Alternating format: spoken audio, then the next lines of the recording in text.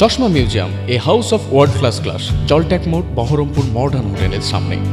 সাত সকালে বহরমপুরের কলেজ ঘাটে স্নান করতে এসে তলিয়ে গেল এক বৃদ্ধা।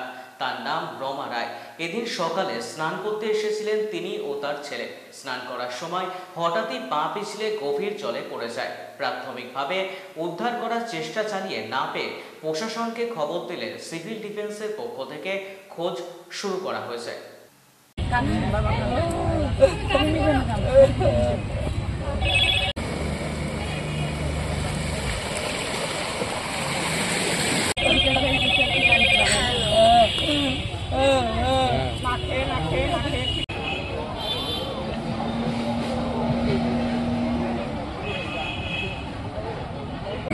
ভদ্রমহিলা আমাদের ভারত সেবাশ্রম সংঘ বহরমপুরে ছিলেন।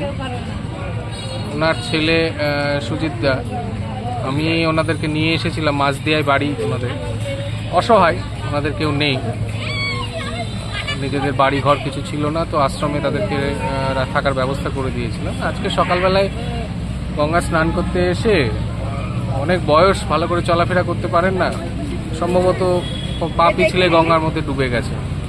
পরে এখানে যারা ছিল প্রত্যক্ষদর্শী তারা দেখেছে ভেসে গেছে, সামনে গিয়ে অনেকটা দূরে গিয়ে হাত দেখা গেছে। তারপরে আমরা সিভিল ডিফেন্স এনডিআরএফ এর টিমকে ফোন করি, ওরা এসেছে, ওরা খোঁজাখুঁজির চেষ্টা করছে।